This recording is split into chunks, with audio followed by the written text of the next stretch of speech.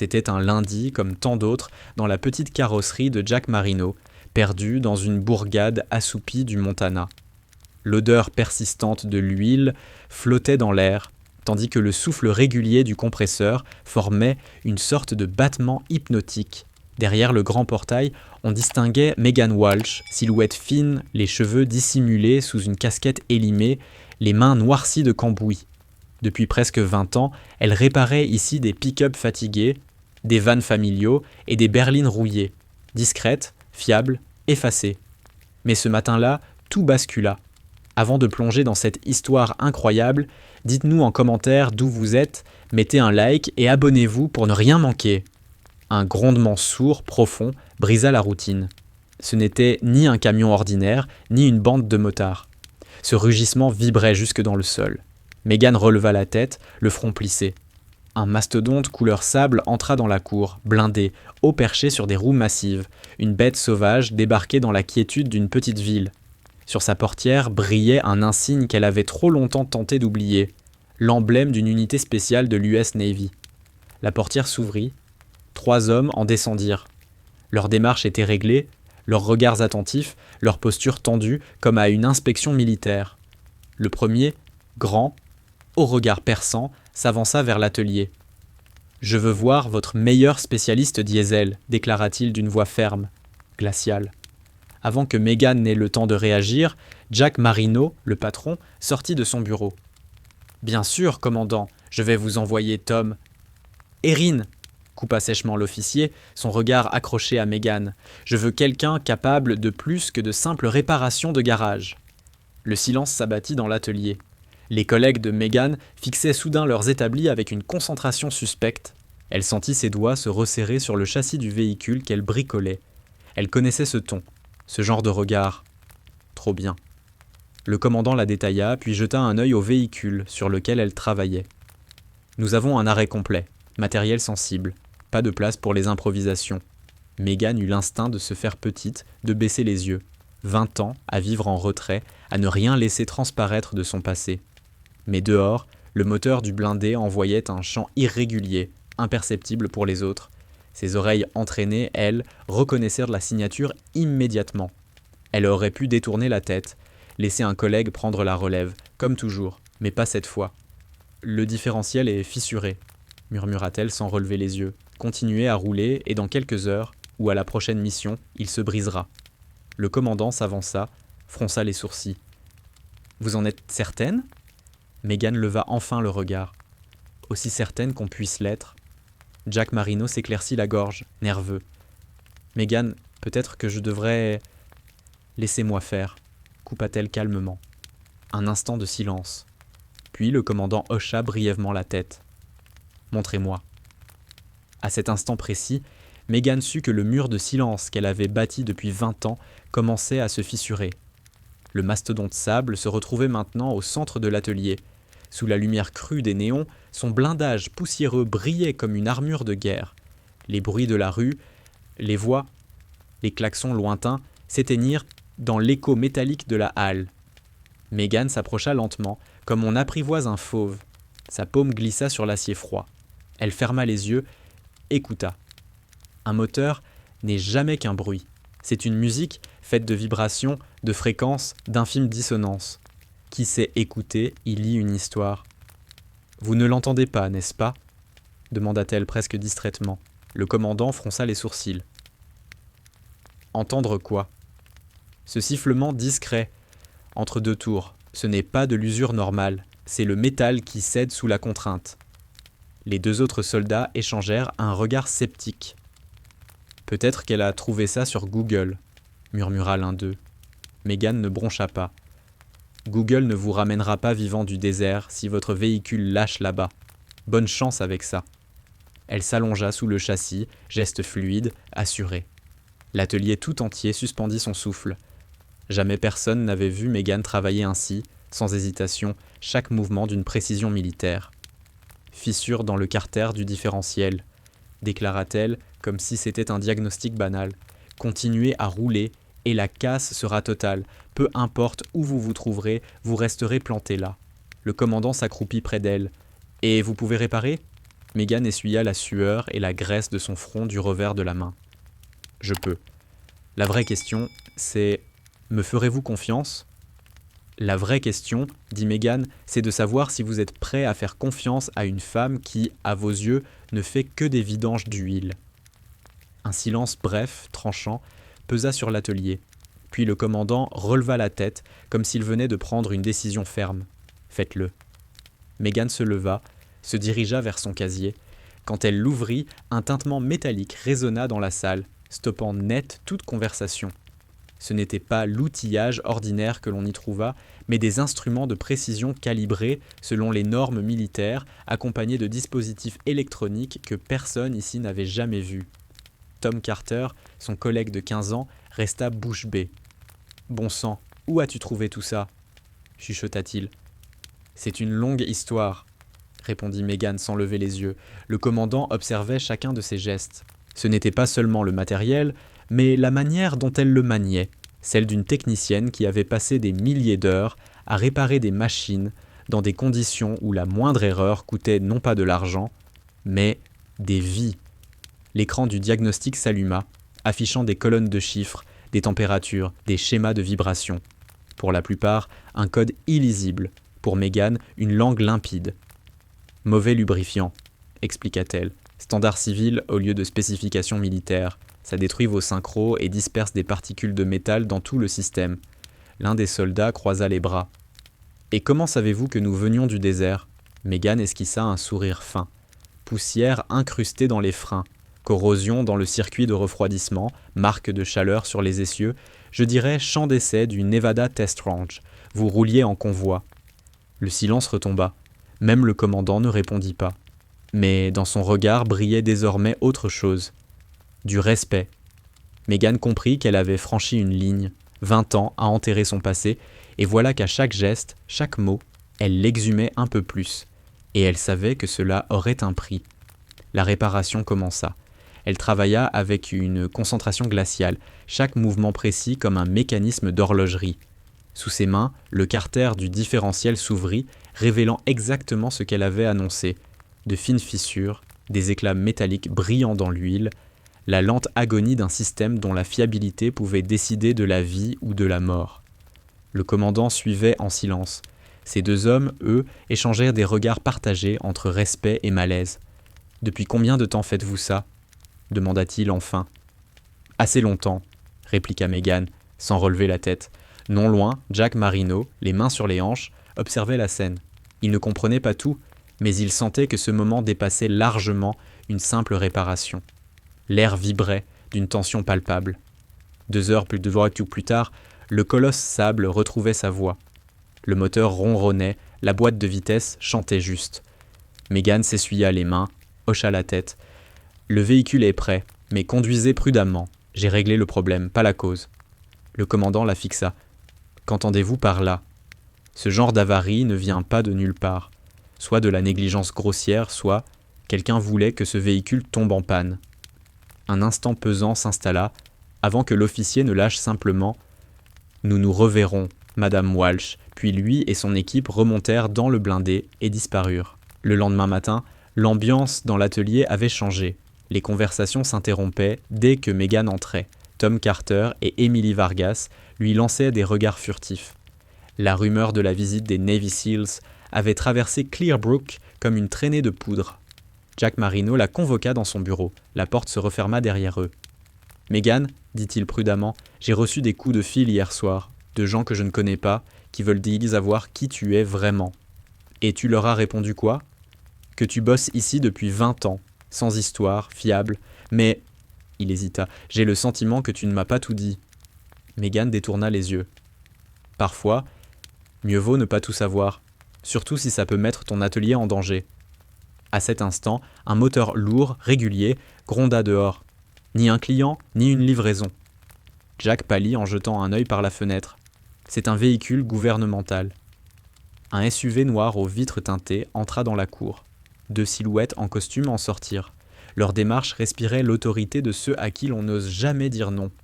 Ils présentèrent des insignes qui coupèrent la parole à Jack. « Naval Criminal Investigative Service », déclara la femme d'un ton glacial. Nous voulons parler à Megan Walsh, tout de suite. Megan demeura immobile. Elle savait, c'était le moment qu'elle redoutait depuis 20 ans. Il s'agit d'un véhicule militaire, commença l'enquêtrice. Je n'ai rien fait d'illégal, répondit calmement Megan Walsh. Nous ne l'avons jamais prétendu, répliqua l'homme, mais votre diagnostic contenait des détails qu'on ne trouve pas dans le quotidien d'un simple garage. Jack Marino se tenait en retrait, mal à l'aise dans son propre atelier. On ne pourrait pas discuter ailleurs, en privé ? Demanda-t-il. Ici suffira, trancha la femme. À moins, Madame Walsh, que vous ne préfériez nous suivre. Megan croisa les bras. Alors dites-moi clairement ce que vous voulez savoir. L'enquêtrice ouvrit un mince dossier. Nous avons constaté que vous êtes apparu à Clearbrook il y a 20 ans. Avant cela, presque aucune trace. Pas d'emploi stable, très peu de documents officiels, une présence numérique quasi inexistante. C'est singulier. Megan esquissa un sourire pâle, sans chaleur. Peut-être que j'aime simplement ma tranquillité, ou peut-être que je fuis quelque chose. Ces mots planèrent dans l'air, glacial. Jack lui jeta un regard inquiet, mais elle ne réagit pas. Ce qui nous intéresse surtout, reprit l'homme, c'est de savoir comment vous avez acquis des connaissances sur des véhicules militaires encore en phase de test. Vos remarques sur le différentiel étaient précises, mais votre analyse des conditions d'utilisation, sable, chaleur, conduite en convoi, allait bien au-delà du hasard. Ça s'appelle l'expérience, dit Megan d'une voix égale. Expérience dans quel domaine ? Demanda l'enquêtrice en penchant légèrement la tête. Certainement pas dans un garage de petite ville. Le cœur de Megan battait plus vite. Elle savait que chaque réponse, chaque esquive ne ferait que soulever d'autres questions. 2 décennies à repousser ce moment. Et il était là, dans son atelier. Je lis beaucoup, je suis des formations, tenta-t-elle. La lecture ne donne pas une analyse tactique, coupa l'enquêtrice sèchement. Il faut de la pratique. Et vous en avez, manifestement.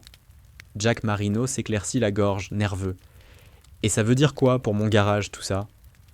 Ça dépend de la coopération de Madame Walsh, répondit l'homme sans détour. Megan inspira profondément. Son regard dériva vers son casier. Sous les outils ordinaires, quelques reliques d'une autre vie attendaient Nandy toujours. Puis elle releva la tête. Je dois passer un appel. Les 2 agents échangèrent un coup d'œil. Nous écoutons. Pas ici. Quelqu'un doit replacer tout ça dans son contexte. Elle sortit dans la cour, téléphone en main. Le soleil cognait, mais elle ne sentait que le froid. Ses doigts tremblaient légèrement lorsqu'elle composa un numéro qu'elle n'avait pas utilisé depuis 20 ans. Une sonnerie. Bureau du général Whittaker, sergent-major Dawson, à l'appareil. Megan ferma les yeux une seconde, puis lâcha les mots qu'elle avait conservés d'un autre monde. Ici, Master Sergent Megan Walsh. Protocole Vigilant Shield. Un silence long, pesant. Puis la voix revint. Plus grave mais impossible à confondre. Megan, c'était le général Whittaker, autrefois son commandant, l'homme qui connaissait ses capacités mieux que quiconque. Oui, mon général, 20 ans de silence et maintenant tu appelles sur une ligne ouverte. J'ai reçu des visiteurs, NCIS, questions sur un véhicule tactique, modèle, Oshkosh JLTV, différentiel endommagé, ça ressemblait à du sabotage. Un silence de plomb suivit, si profond que Megan crut entendre le vent courir sur la cour.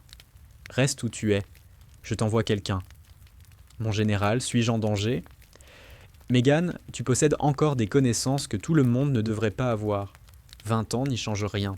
Le problème, c'est que d'autres le savent maintenant. Il raccrocha. Pas d'au revoir, pas de détour. Juste la certitude glaciale que quelque chose s'était mis en marche. Impossible à arrêter. Quand elle revint, les 2 enquêteurs se tenaient toujours auprès de Jack. Ils levèrent les yeux vers elle. « J'ai contacté mon ancien commandant, » dit-elle. « Il s'en occupera. »« Son nom ?» demanda l'enquêtrice. « Général Whittaker, US Air Force. » Un infime tressaillement passa sur le visage de l'homme en costume, mais il nota le nom sans un mot. Jack croisa les bras. « Et moi, est-ce que je dois craindre qu'on ferme mon atelier ? » « Pas si tout est comme Madame Walsh le dit, » répondit l'enquêtrice. « Mais nous allons attendre. » 2 heures plus tard, un grondement lourd résonna au loin. Ni voiture, ni camion. Megan sut aussitôt de quoi il s'agissait et son estomac se noua. Au-dessus des arbres, un hélicoptère noir apparut, massif, menaçant. Il se posa derrière l'atelier, soulevant un nuage de poussière. Les pales fouettaient l'air avec fureur. Le premier à descendre portait l'uniforme, le général Whittaker. À ses côtés, une femme en tailleur sombre et un soldat que Megan reconnut immédiatement. Le dernier visage qu'elle aurait voulu revoir. Et son regard disait tout, il n'était pas venu pour bavarder. Qui était ce soldat ? Et surtout, qu'avait-il sur Megan Walsh qui pouvait bouleverser toute la situation ? Le vacarme des pales diminua peu à peu, tandis que l'hélicoptère restait immobile au sol. L'odeur âcre du kérosène se mêlait à celle, poussiéreuse, du gravier soulevé par le vent. Megan se tenait dans la cour de l'atelier, les mains profondément enfoncées dans ses poches, comme pour empêcher son corps de céder à l'instinct de fuite. Le général Whittaker s'avança le premier. Les années avaient blanchi ses cheveux et creusé ses traits, mais sa stature restait la même, droite, disciplinée, chaque geste mesuré. « Sergent Walsh », dit-il, l'ancien grade résonna comme un coup porté. Cela faisait des années qu'elle n'avait pas entendu ce titre. Derrière lui apparut une femme en tailleur sombre, grande, les traits nets, l'expression ferme de quelqu'un habitué à prendre des décisions que d'autres préfèrent éviter. Directeur Morgan, du Defense Security Service, la présenta Whittaker. Elle gère les affaires ou passées et sécurité nationale s'entrecroisent. Megan acquiesça brièvement, mais son regard se fixa sur la troisième personne. L'homme portait la tenue de combat, la casquette enfoncée bas. Sous la visière brillaient des yeux qu'elle reconnut aussitôt, durs, vifs, intraitables. « Sergent-major Reynolds », dit Whittaker, ton neutre, son ancien chef d'équipe. Les épaules de Megan se raidirent malgré elle. Reynolds avait été celui qu'elle respectait le plus, et qu'elle redoutait tout autant. « Je ne pensais pas te revoir ici, Walsh, lâcha-t-il, sans tendre la main. Surtout pas dans un garage de province. » Ils entrèrent. Jack Marino resta à l'écart, visiblement peu rassuré, tandis que les enquêteurs faisirent de la place. L'atelier se transforma soudain en salle d'interrogatoire improvisée. Directeur Morgan alla droit au but. « Nous avons des raisons de croire que vous détenez encore des connaissances classifiées.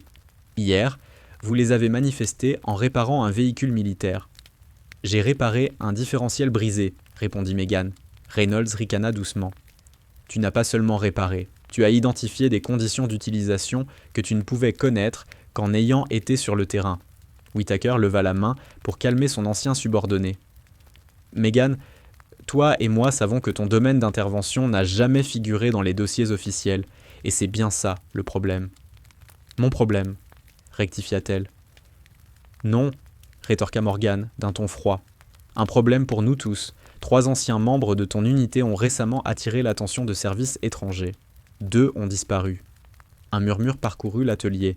Même les mécaniciens civils présents cessèrent à leur travail. « Vous croyez que je serai la prochaine ?» demanda Megan. Le regard de Morgan ne vacilla pas.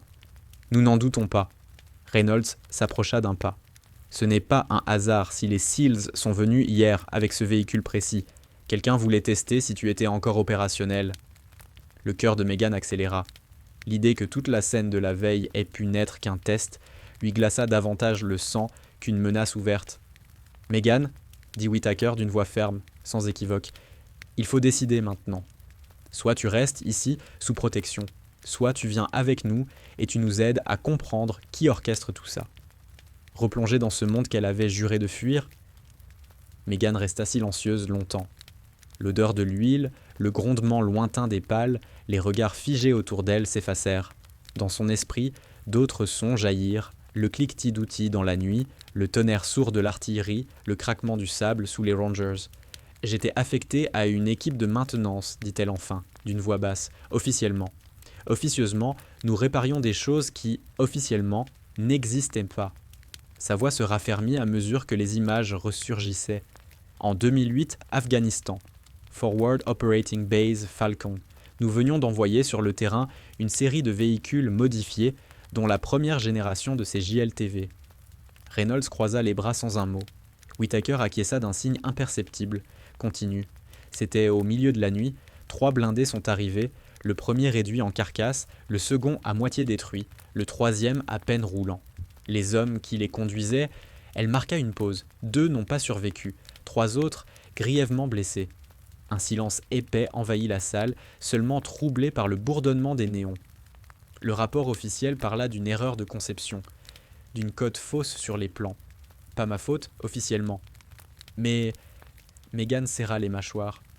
J'avais vu l'anomalie. J'aurais dû poser des questions. J'ai validé l'ordre sans rien dire. Reynolds s'avança encore. Tu penses toujours que c'était ta responsabilité ? Et ce n'était pas le cas, répliqua Megan, les yeux brillants. Directeur Morgan intervint alors, la voix tranchante comme une lame. Il y a 1 an, nous avons découvert que de faux plans avaient été introduits volontairement dans la chaîne de production par un agent travaillant pour une puissance étrangère, expliqua Directeur Morgan. Megan cligna des yeux. Du sabotage délibéré, confirma le général Whittaker. Et toi, tu étais l'outil parfait, sans le savoir. Une pulsation sourde lui battit les tempes. Les images de cette nuit d'Afghanistan se mêlèrent maintenant à la révélation, 20 ans de culpabilité pour une faute qui n'avait jamais été la sienne. Et désormais, poursuivit Morgan, certains veulent me savoir si tu possèdes encore ce savoir.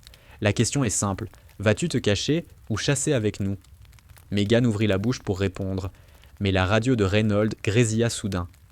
Mouvement suspect, véhicule inconnu en approche, aucun contact radio. La tension se figea, tous les regards convergèrent vers Reynolds, concentré. Position, lança-t-il. Route principale à l'ouest, 200 mètres, en approche. Morgan se tourna vers Whittaker. Nous n'avons ni périmètre de sécurité, ni couverture visuelle. Si quelqu'un est venu spécialement pour elle, je sais, coupa Whittaker. Tout le monde à l'intérieur. Fermez les portes. Jack Marino pâlit, mais obéit. Les lourds rideaux métalliques s'abaissèrent dans un vacarme de ferraille. L'air de l'atelier s'épaissit aussitôt, saturé d'odeurs d'huile, de métal et de peur contenue. Megan resta près de son chariot à outils, crispant ses doigts autour d'une clé comme autour d'un talisman. « Qu'est-ce qui se passe » murmura Emily Vargas, blottie contre Tom Carter. « J'en sais rien » répondit-il bas, mais ça dépasse largement les histoires de moteurs. Dehors, un moteur gronda, grave, régulier, pas civil. Le bruit s'arrêta net devant la porte close. Reynolds fit signe. Un de ses hommes, massif, en équipement complet, se plaça contre le mur, près de l'entrée. Un coup sourd retentit. Puis un second, plus violent, presque impératif. Ce n'était pas un client qui frappait, mais quelqu'un qui exigeait l'accès. « N'ouvrez pas », ordonna Whittaker calmement. Morgan croisa les bras, son regard vissé sur le portail. « Nous devons savoir qui est dehors avant de décider. » Reynolds hocha la tête à un autre soldat, qui se pencha vers la fente de visée. Son corps se tendit aussitôt. SUV noir. Pas de plaque, 2 hommes dedans.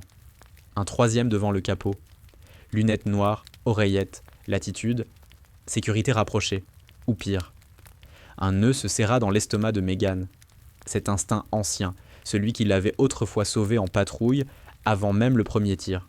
« Ils savent que je suis ici, souffla-t-elle. « Peut-être, répliqua Whittaker, mais ils ignorent qui d'autre se trouve avec toi. » La radio de Reynolds vibra de nouveau. Confirmation visuelle, le chauffeur porte l'écusson d'une société de sécurité privée.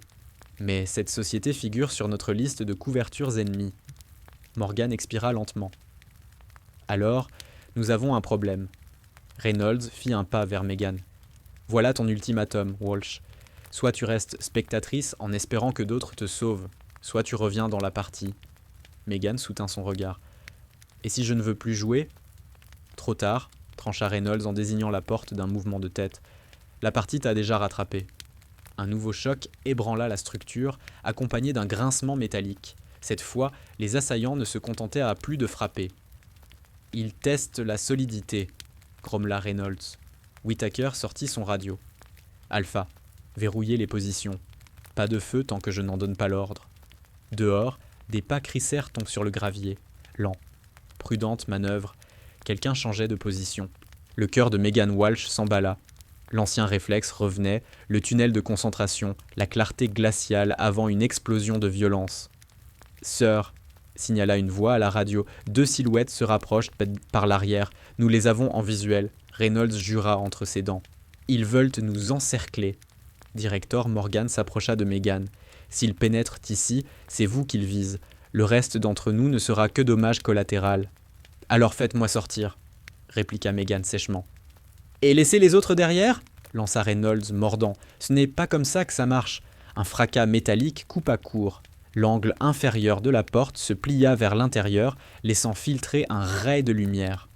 Merde, ils utilisent mal du matériel, grogna Reynolds. Ça ne tiendra pas longtemps. Whittaker prit la parole d'un ton ferme, implacable. Alpha, préparez-vous. On verrouille à l'entrée. Megan, figée près de son chariot, posa les yeux sur une lourde clé dynamométrique. Autrefois, elle aurait hésité. Plus maintenant.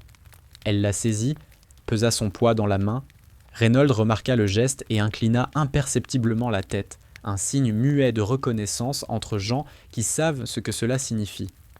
Le dernier coup fit céder la porte. Le métal hurla. La serrure sauta. Un faisceau cru de lumière découpa la halle. Une silhouette apparut. Carrure massive, casque de combat, fusil en bandoulière. Ses mouvements n'avaient rien d'amateur. C'était la précision d'un professionnel entraîné. 2 autres le suivirent, synchrones comme une escouade. Reynolds avait déjà son arme levée. « Pas de tir tant qu'ils ne sont pas hostiles !» claqua la voix de Whittaker. « Sir, ce sont déjà une menace !» grogna Reynolds, mais il obéit.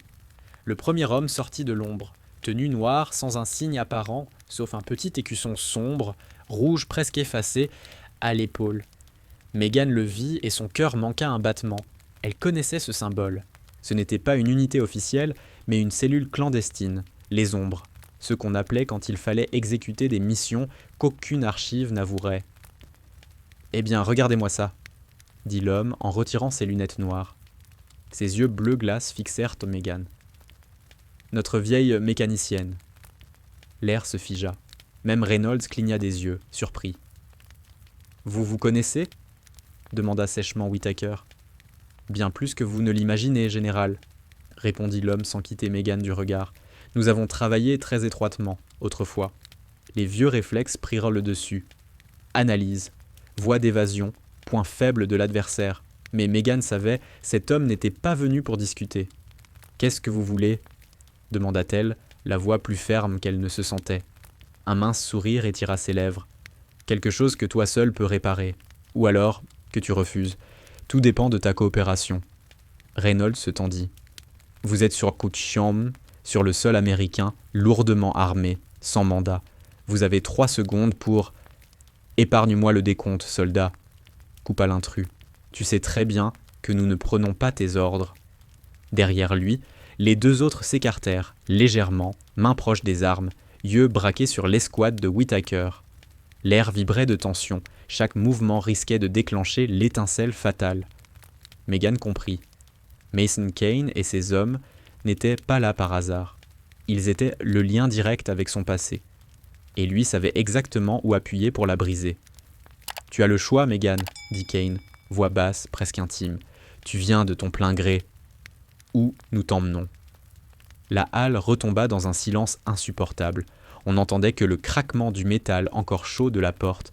Kane n'était qu'à 3 mètres d'elle, trop détendu pour que ce soit honnête.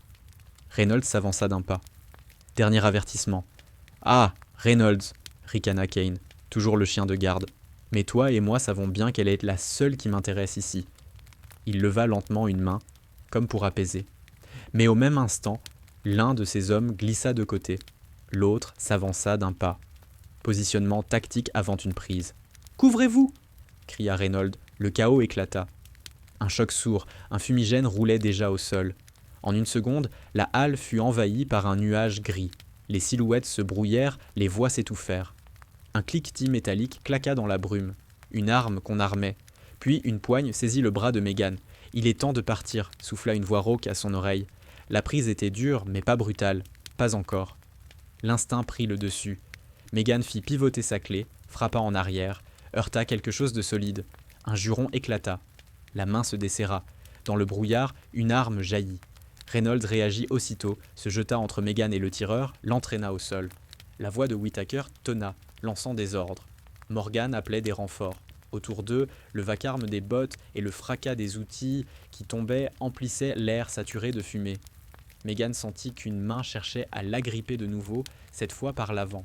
Elle se déroba d'un pas vif, repoussa l'assaillant contre l'aile cabossée d'un pick-up en réparation. Le métal grinça hideusement.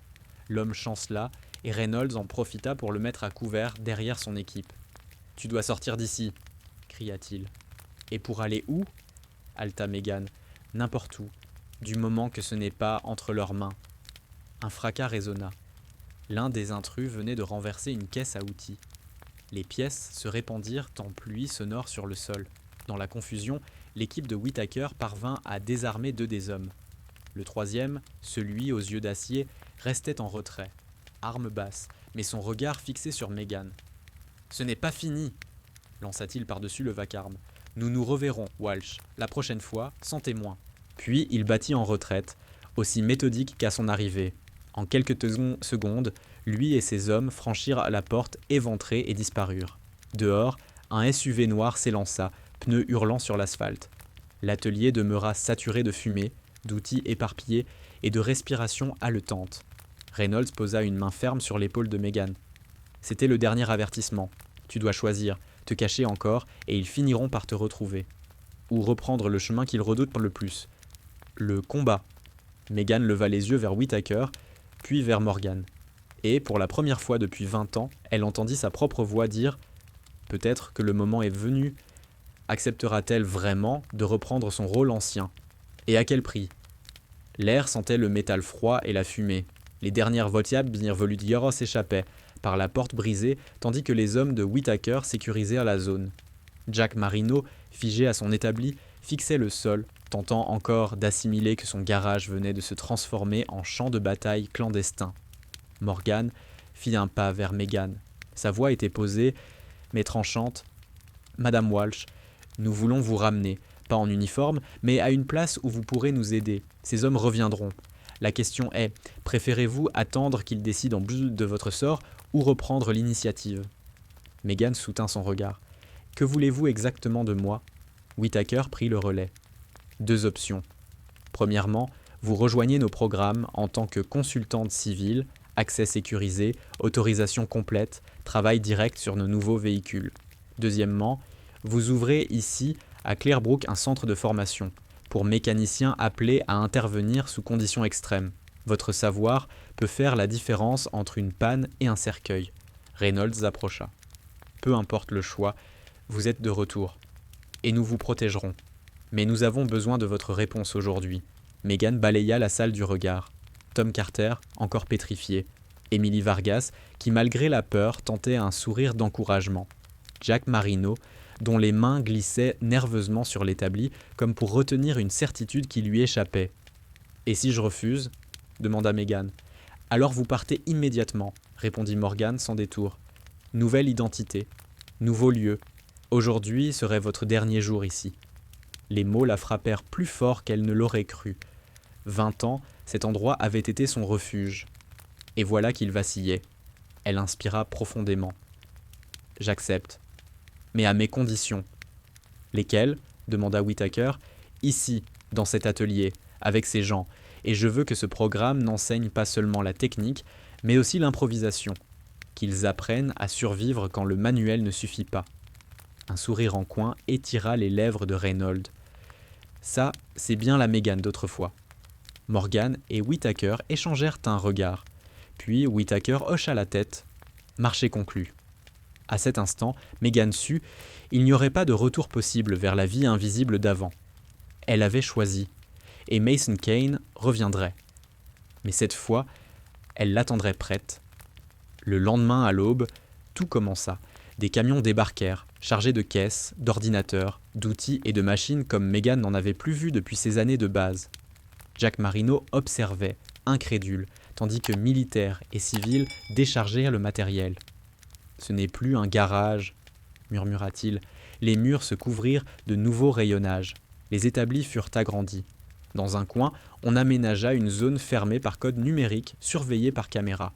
« Zone restreinte », expliqua sobrement Whittaker. « Ici seront stockées les pièces qui, officiellement, n'existent pas. » Megan circulait entre les équipes, donnant des ordres, vérifiant chaque détail. Tom Carter et Emily Vargas furent intégrés dès le départ. « Vous deux, dit-elle, vous prendrez les premiers modules. Moteur, transmission, diagnostic sous pression. »« Sous pression ?» répéta Tom, dubitatif. Megan eut un sourire mince. « Je parle de la vraie pression, celle où, dehors, quelqu'un rêve de vous faire sauter.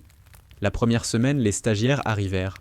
De jeunes mécaniciens de diverses unités, 2 issus directement des forces spéciales, rapides, motivés, mais surpris de la rudesse des exercices. « Pas de manuel », lança Megan, le 3e jour, posant un chronomètre sur la table. « Vous avez 30 minutes pour trouver la panne. Après, le véhicule sort. Réparé ou non. C'est ça, la réalité du terrain. » Reynolds, qui restait les premières semaines là, comme officier de liaison, observait discrètement depuis un coin de l'atelier. « Elle travaille comme autrefois, dit-il à mi-voix à Whittaker. « Non, répondit le général calmement. Elle travaille mieux qu'autrefois. » Malgré les progrès, une ombre planait. Les rapports des équipes de sécurité faisaient état, à intervalles réguliers, de rumeurs. Quelqu'un posait des questions dans les environs sur la femme qui connaît les véhicules militaires mieux que quiconque. Morgan mit en garde. Ce n'est ni qu'une question de temps avant qu'ils ne reviennent. Megan ne répondit pas. Elle se contenta de redoubler d'efforts dans l'entraînement. Plus vite mes gars apprendront, dit-elle, moins de chances ils auront de nous surprendre. À la fin de la 2e semaine, l'atelier fonctionnait comme une mécanique parfaitement huilée. Mais Megan savait que ce n'était que le calme avant la tempête. Un soir, après le départ des stagiaires, elle verrouilla la zone sécurisée, tira le rideau devant la porte. Et c'est là qu'elle le vit. De l'autre côté de la rue, à demi cachée sous une lampe, une silhouette massive, immobile, la braise d'une cigarette brillant dans la nuit. Elle ne distinguait pas son visage, mais elle savait. Mason Kane, ses yeux couleur glace. Était-il venu seul ou annonçait-il déjà l'assaut suivant ? Le rougeoiement de sa cigarette était comme un phare de menace dans l'obscurité. Megan resta figée derrière le rideau, chaque fibre de son corps tendue. Il savait qu'elle l'avait vu et elle savait qu'il ne se montrait jamais par hasard. Elle attrapa sa radio. « Reynolds, il est là. »« Confirmé, » répondit-il brièvement. « 2 hommes arrivent en renfort. »« Non, » dit Megan à voix basse, « c'est entre lui et moi. » Elle entr'ouvrit le portail, juste assez pour passer. L'air du soir sentait le métal et l'huile. « Je croyais que tu voulais me parler sans témoin, » lança-t-elle en avançant. Il sourit, ce sourire mince, moqueur. « Et tu es venu ? Bien. Alors allons droit au but. Que veux-tu ? Tu as construit quelque chose qui nous met en danger. Je suis venu m'assurer que ça ne dure pas. Et tu crois que je vais te laisser passer ? Je crois que tu sais que je ne négocie pas. » Il fit un pas en avant, main sur la veste. Megan bougea avant qu'il ne puisse agir. Un mouvement venu de loin, des réflexes anciens, rotation, saisie du poignet, coup de coude, la cigarette tomba, son étreinte se relâcha. « C'était ton erreur, » dit-elle, la voix glaciale au point de s'effrayer elle-même. Il recula, voulut tirer une arme, mais Reynolds surgit de l'ombre, 2 agents à ses côtés. Fin de partie. Kane comprit aussitôt. Aucun échappatoire, aucune chance. Il leva les mains lentement. Plus tard, quand le SUV noir l'emporta, lui et ses hommes, Megan était de retour dans l'atelier. Whittaker la rejoignit. « Vous auriez pu l'abattre. »« Non, » répondit-elle. Parfois, il suffit de resserrer une vis pour immobiliser toute la machine. Reynolds esquissa un sourire en coin. Megan balaya la pièce du regard, les établis, les machines et ces jeunes mécaniciens qui reviendraient à l'aube. Maintenant, reprenons le travail. Ils reviendront, tôt ou tard, mais cette fois, nous serons prêts. La caméra aurait reculé lentement, montrant l'atelier baigné d'une lumière chaude, tandis que dehors, la nuit s'épaississait. Mais à l'intérieur, la lumière ne venait pas seulement des lampes, elle brûlait dans ceux qui s'y préparaient,